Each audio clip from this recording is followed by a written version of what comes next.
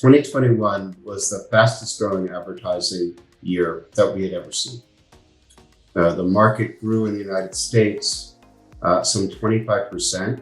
Digital grew over 33%. So no matter what part of marketing you were in, it grew. Made everybody look very smart. They spent a lot of money. 22, we came into the year with the same digital tailwinds, growing fast. Direct mail was growing. Everything was still growing right up until about June. So complexity, new channel development, and evolution are some of the drivers that we see keeping a lot of agency services outsourced, and frankly, keeping the holding companies and the independents doing well, even as the market changes.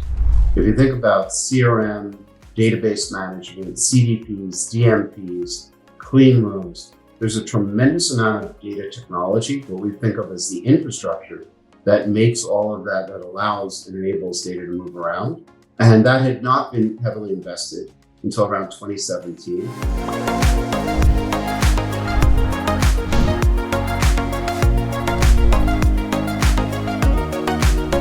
Hello and welcome to the Growth Genius series brought to you by DMAasia and Infidigit. My name is Shelly and I'm the host.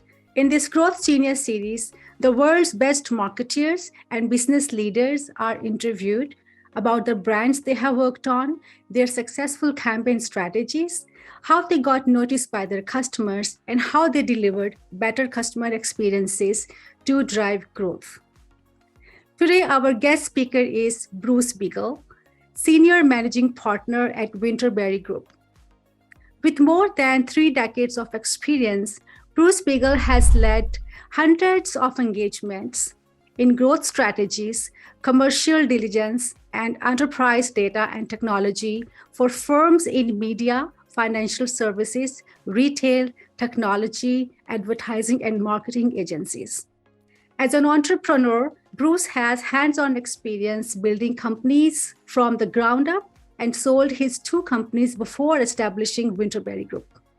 In addition to his role at Winterberry Group, Bruce has served as a senior advisor to investment bank Petsky Prunier and as a member of the DMA board. He's an advisor to and member of the board of directors for several private marketing companies and frequent speaker at major marketing industry conferences. He's also a recipient of the Silver Apple and Malden Leadership Awards from the Direct Marketing Club of New York. Welcome to the podcast, Bruce. Thank you, Shelly. It's nice to be here. Great. So you started your company in 2003, almost like 20 years ago. So please tell us about your background, professional journey, and your interest in building consulting practice. I came out of school with a history degree, but nothing to do with any of this. And after working on Wall Street for several years, I joined some friends who had a software company. And we were doing what is now known as digital out-of-home media. Back then, it wasn't a category yet. And we were doing digital signage in grocery and for corporate in retail. We built that company over about 7 years, sold it. And after that, I did a little bit of consulting. And then some friends called and said, hey, could you help run a data company?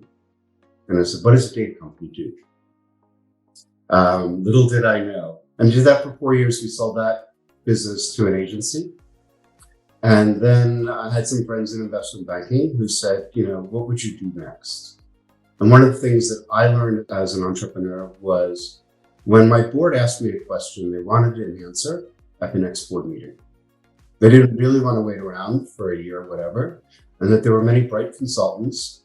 They could speak in general, but they didn't know my industry well enough. And when Winterberry Group was started with a focus that said, we should be able to work fast and be experts and deliver insight and value within that 90-day period. And we have held to that philosophy ever since. You have just released a report on Outlook for Advertising, Marketing, and Data 2023. And you have been presenting this at various forums. Our viewers would like to have the insight on the report. To start with, please give us an overview of what happened in 2022 and what was its impact on overall marketing? Yeah. So 2022 was an interesting year. And to put it in perspective, 2021 was the fastest growing advertising year that we had ever seen. The market grew in the United States some 25%. Digital grew over 33%. So no matter what part of marketing you were in, it grew. Made everybody look very smart. They spent a lot of money.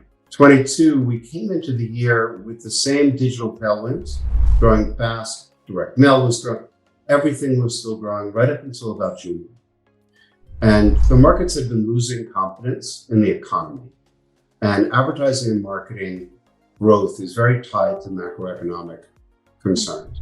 And obviously we had geopolitical events, Russia, Ukraine, and then we had the gas shortage. And then you started to hear, and Fed was raising interest rates, trying to cool inflation. And by the summer, it really took hold. And the market started to lose confidence, and we started to see a decline in spend. So your year was kind of two halves. You had a good half of the year that grew very strongly. And the second half of the year, the third quarter, we started to turn down. As you ramp into the holidays, the Christmas holidays here, usually you get a pickup in the fourth, but it was very uneven. And so media spend was off. We got some of the tailwind from the World Cup helped. Yeah. But overall, if we looked at the first half of the year, you had a market that was still growing close to 15%. And in the second half of the year, you had a market that was flat. So while overall the numbers, if you look at them 5 years from now, look okay, and still growth, there was really a lot of noise underneath. And, just take a channel like paid social. Still growing, but you started to see Meta stall out still because of Apple's ATT. You saw headwinds at Snap. You had the Elon Musk adventure at Twitter. So don't even know where to put that one. And TikTok taking advertising share in paid social. So while social grew, the share of social within started to move around. So there was a lot of that. Direct mail actually had a good year. As direct consumer marketers looked at the CPM increases in paid social and paid search that had been going on for 5 straight years, they were looking for another performance media channel where they could really control audience. And direct mail, they said, there's a new channel. It's called direct mail. We should try that. So there was a little of what's old has become more in favor. And then probably the biggest story of the year was in the United States market, we have so much fragmentation in video. So there are some 400 cable providers and video distribution, what they call MVPDs. And we saw a ramp of connected television using programmatic methods and direct sales methods to insert video commercials for the home screen, not just the mobile or the laptop. And CTV, which had grown to about a $14 billion category, mostly through the COVID period. So it continued its growth, grew like 27% plus. It was supposed to go from $4 billion to $19 billion. It wound up somewhere in the neighborhood of $21 billion. So it not only was it growing organically, it also started to take some of the share from TV, from broadcast linear TV. So that trend, probably the other big trend of the year was retail media marketplaces. When we hear retail media, we think Amazon. It wasn't just Amazon, it was Walmart. It was all the other grocery chains. There were auto groups like Carvana, where they started to take not just media advertising dollars to advertise on-site or what they call on-platform. That platform could be hosted by Walmart or Amazon, et cetera. And they also took trade promotion dollars that had traditionally been in the shopper marketing category. They moved some of those over. And it has become the fastest growing category for media in general. Lots of technology investment, lots of investment in first-party audiences.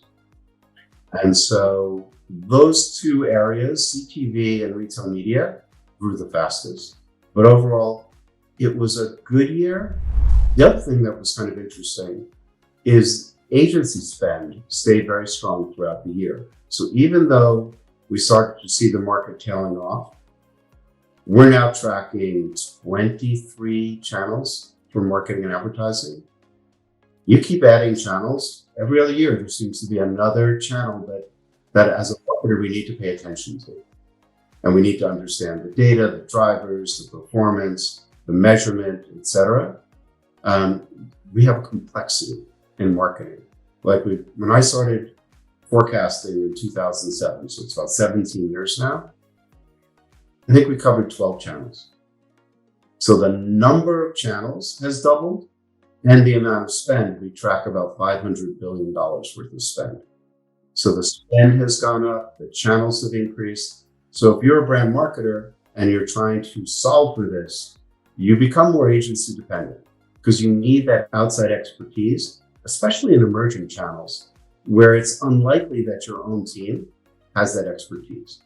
So complexity, new channel development and evolution are some of the drivers that we see keeping a lot of agency services outsourced, and frankly, keeping the holding companies and the independents doing well, even as the market changes. Very interesting. So what are the major shifts that you are seeing happening? A couple things. I would think, one, it does start with privacy. It seems like every conversation starts with either privacy or we're going to be in a recession. Yeah. Where is privacy going? We don't have a unified privacy landscape. There's no GDPR for the United States. There is the California Protection Act. There's one in Virginia. There's one in Colorado. So state by state, if you are a brand or you are a supplier or a media company, you have different privacy rules and regs. On top of that, you have how is privacy going to be interpreted by the browsers. So Apple makes its own decisions in the name of privacy. Google makes its decisions in the name of what's in the best interest of the consumer. I don't know if they actually ask the consumer, but it's been very good for their advertising and ad spend growth. But we've seen at least 50% of the cookies go away. And cookies had evolved to become the identifier that was really leveraged in the growth of digital advertising. As the cookies went away, there was a realization that I need a consented first-party relationship with that consumer so that I have a right to engage with them. And so over the last 3 to 4 years, we have seen a race to build first-party data assets. If you were a direct marketer, that was something you always worked on because that's how you went to market. In the digital world and CPG, it was always an indirect relationship. So you said, I have cookies, I don't need that. Well, in this market, you need to build it. So the media companies, recognizing that cookies weren't going to be the answer, started focusing on subscription, circulation, paywalls. How do they build and collect first-party data? Brands did the same thing. It's great to say I'm going to collect all this data. The reality was they didn't have the infrastructure. If you think about CRM, database management, CDPs, DMPs, clean rooms, there's a tremendous amount of data technology, what we think of as the infrastructure, that makes all of that allows and enables data to move around. And that had not been heavily invested until around 2017. And over the last 5 years, we watched data and related analytics and technology spend go from 2019, it was around $20 billion. It was about $33 billion last year. And it is because we are overhauling the infrastructure of the industry and we're leveraging data in almost every marketing channel. Whether it's performance or not, you're trying to get better performance out of your investments. Even if you're a brand marketer, you want better measurement, you want better attribution. And again, it comes back to data and identity investments. Mm-hmm. So that's probably been underpinning the market, has been this huge infrastructure investment that we see continuing for the next several years. Mm-hmm. Penetration of CDPs might be at 60%. DMPs are part of the programmatic tech stack, so there's pretty good coverage. Clean rooms, 15 to 20%. So we're a long way from a market that's truly covered and a market that's really prepared for where the industry needs to be. Yeah.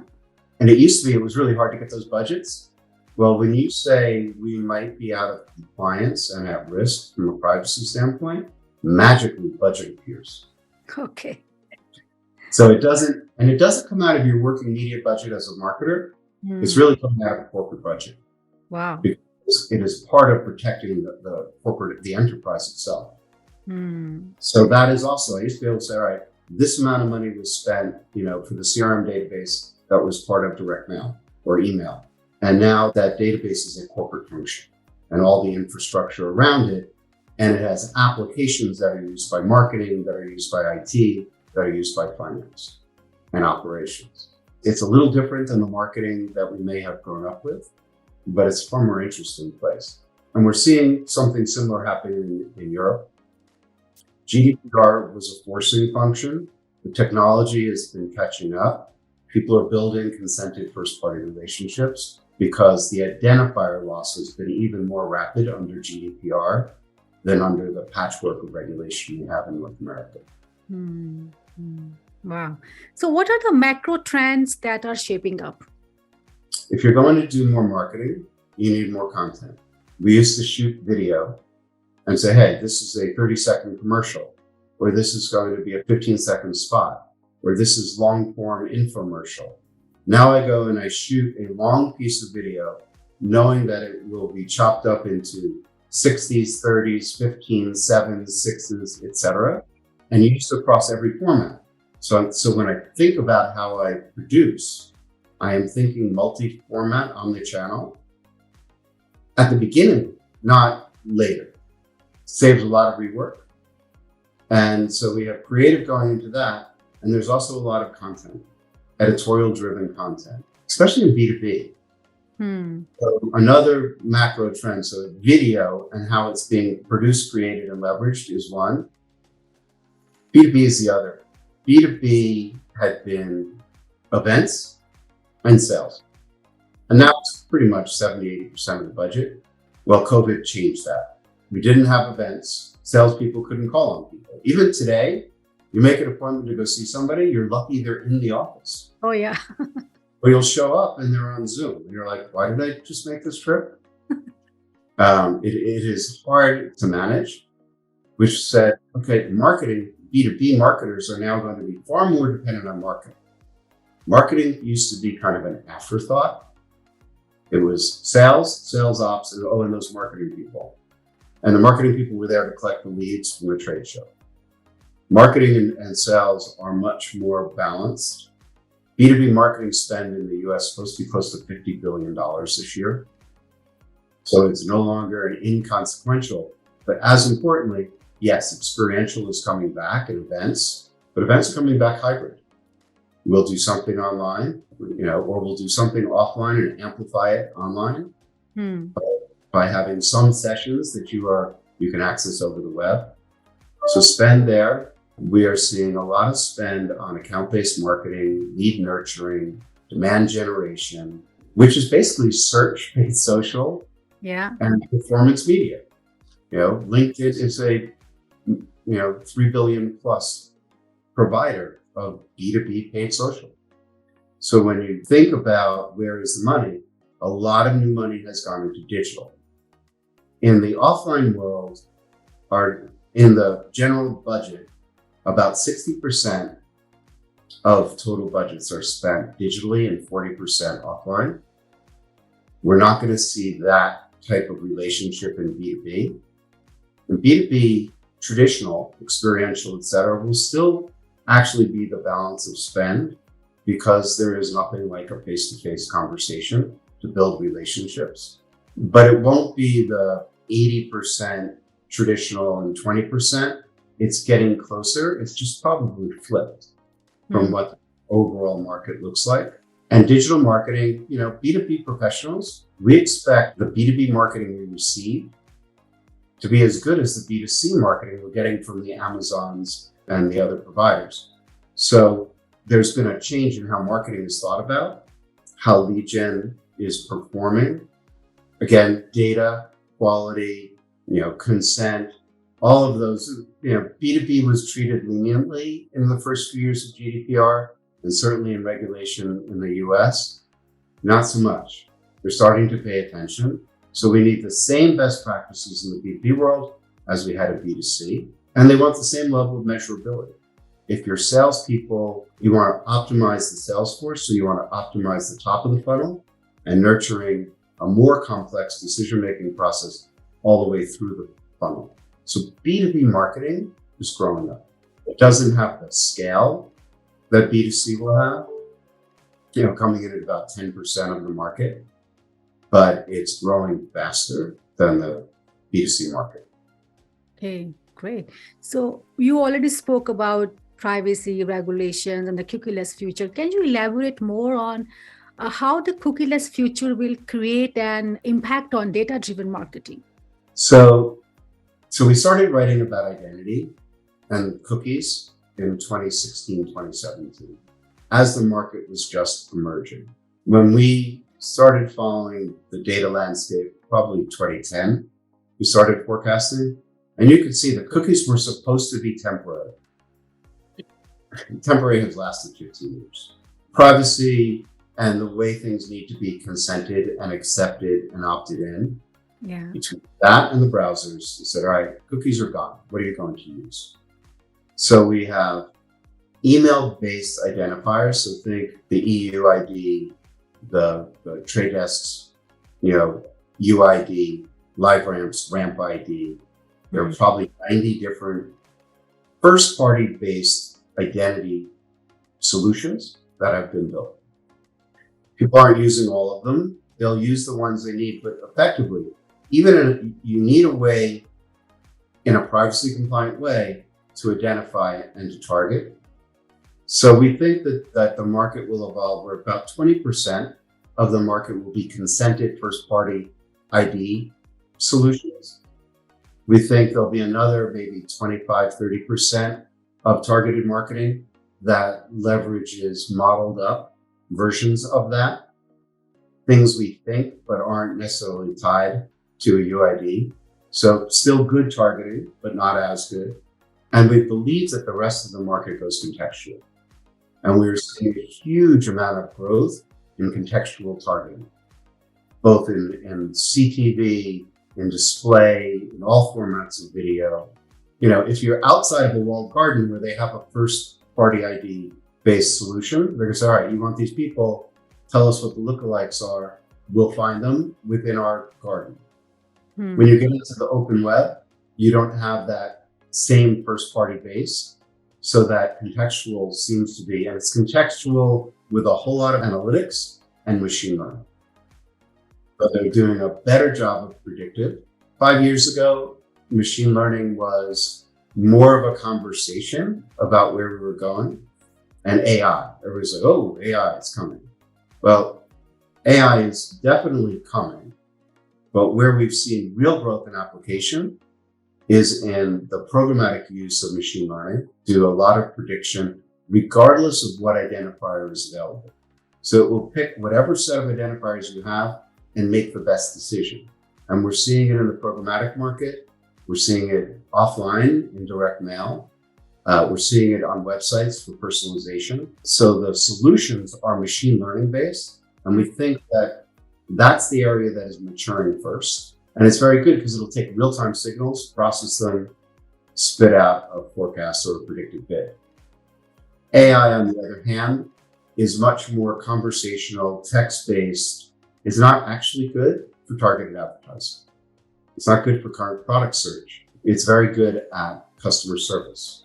It's very good for writing subject headlines, where it can take the full body of text and come and predict what is the right answer or create a right answer. That's not so good for paid media and media. So we think machine learning will have its set of use cases. It's a subcategory of AI, and conversational AI will have its set of use cases.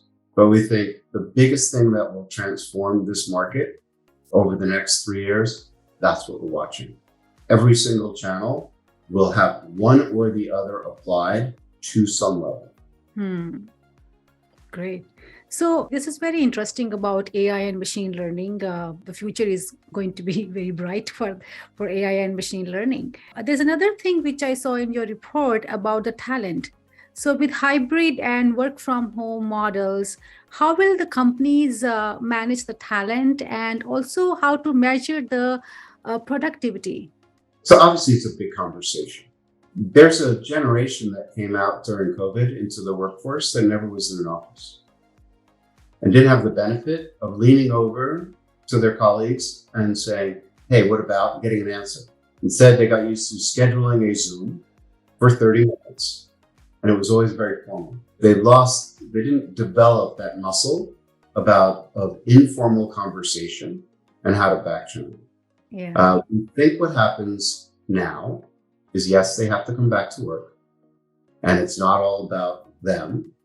We think that there's a middle group that have been working 10 plus years that got very comfortable being home and watching the kids and doing their errands and not commuting. And there's a senior executive group that either has to be in or has decided they don't have to be in. So we think based on all of that, we probably wind up with a hybrid market. Creative, strategy, those are things that require a lot of collaboration. So the more collaborative the role, the more you need to be in the office. We are seeing 3 days a week coming back. Some places fixed 3 days, other variable 3 days, maybe 2 days flex. That seems to be dominating the agency and services conversation. And then you get somebody like Disney where Bob Iger comes back and says, you're all back 5 days. Or an Elon Musk at Twitter and SpaceX, you're all back 5 days. I think it is, where is the office space? How dispersed is your pool of talent? And how are you going to manage hybrid? And the managing hybrid and figuring out, there are some roles, sales roles, where productivity is measured by, did you hit your targets? Or didn't you hit your targets? Other roles, developers, they have a code base that they need to deliver. A lot of their work might have been in isolation. If you're in a call center environment, you could be physically in that call center where you get active monitoring, you get active help, or you may be distributed. So do you need to be in or do you need to be out? But you certainly need to be logged in. So I think understanding what's the right metrics, and I actually believe that the BPO market, call centers, service, they've been doing this longer. Yeah. They had more experience. I think the agency world has to find its way to be creative and strategic and engage with their clients while operating in a more hybrid environment. Especially when your clients are hybrid, it's even more difficult. Should I be in when my clients are in?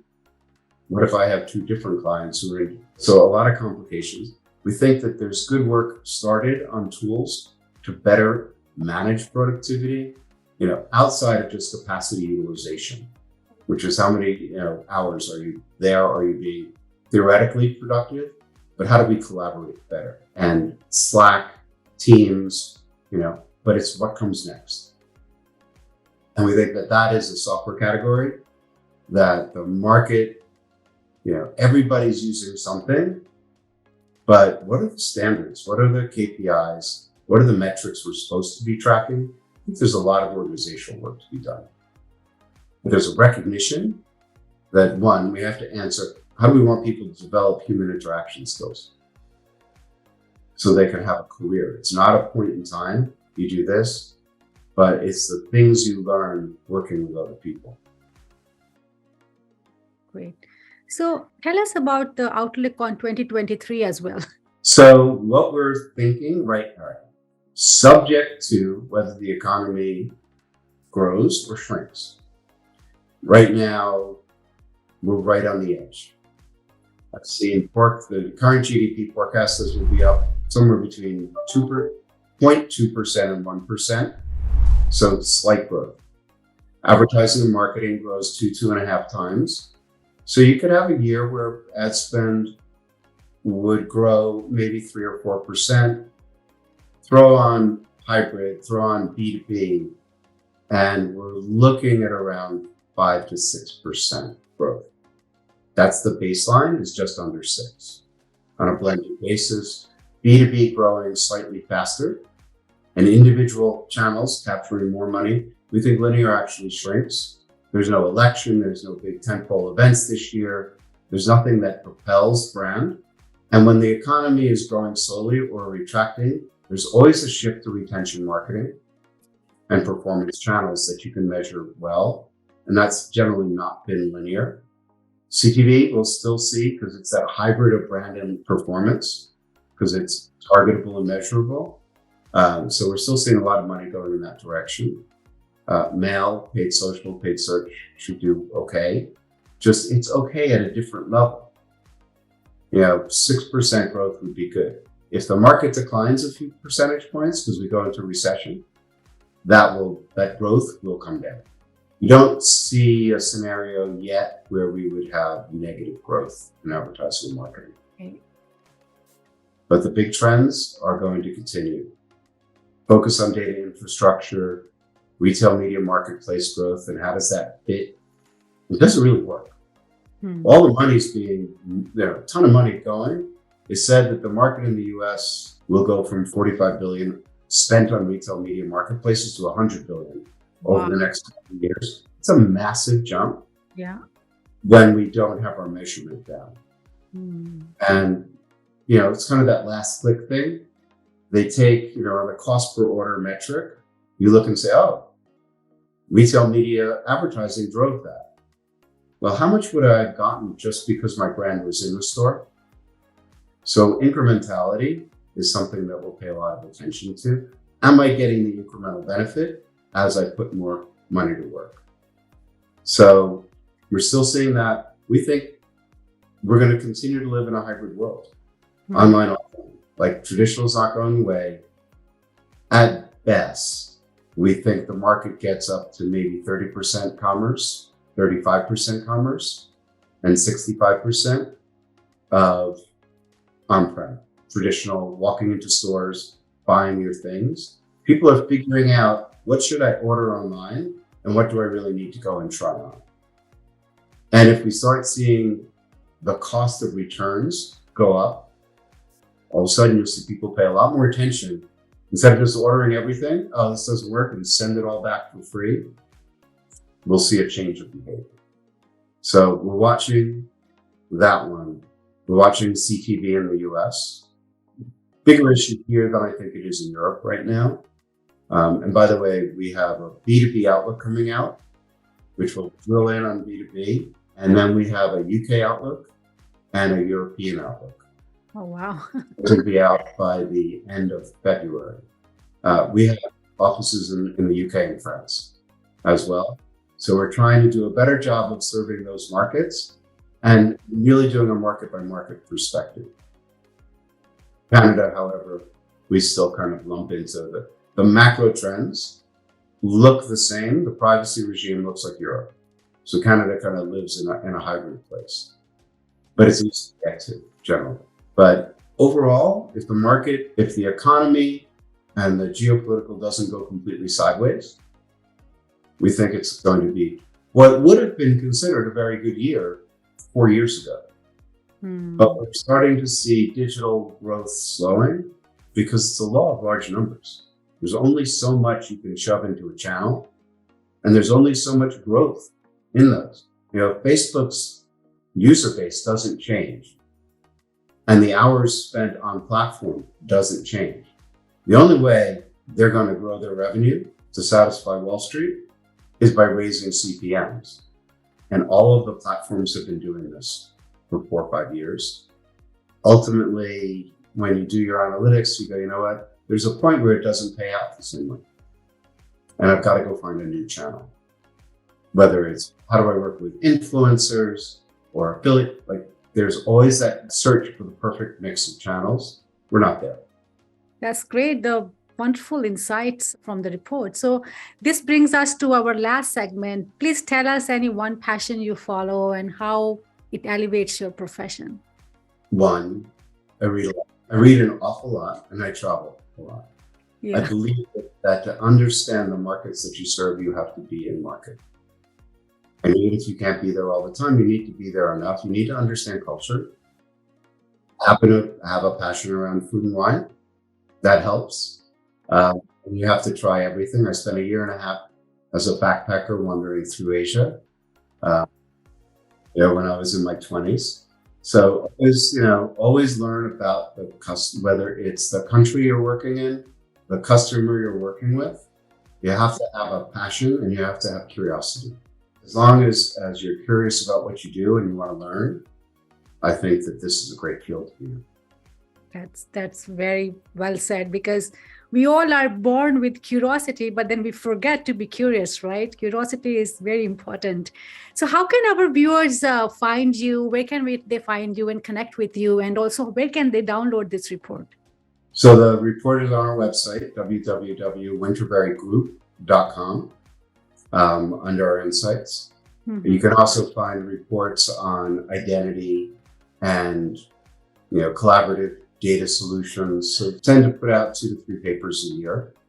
We have one coming out on marketing analytics that will be out in April, and one on our outlook for B2B and how this evolution is occurring and where we think it goes.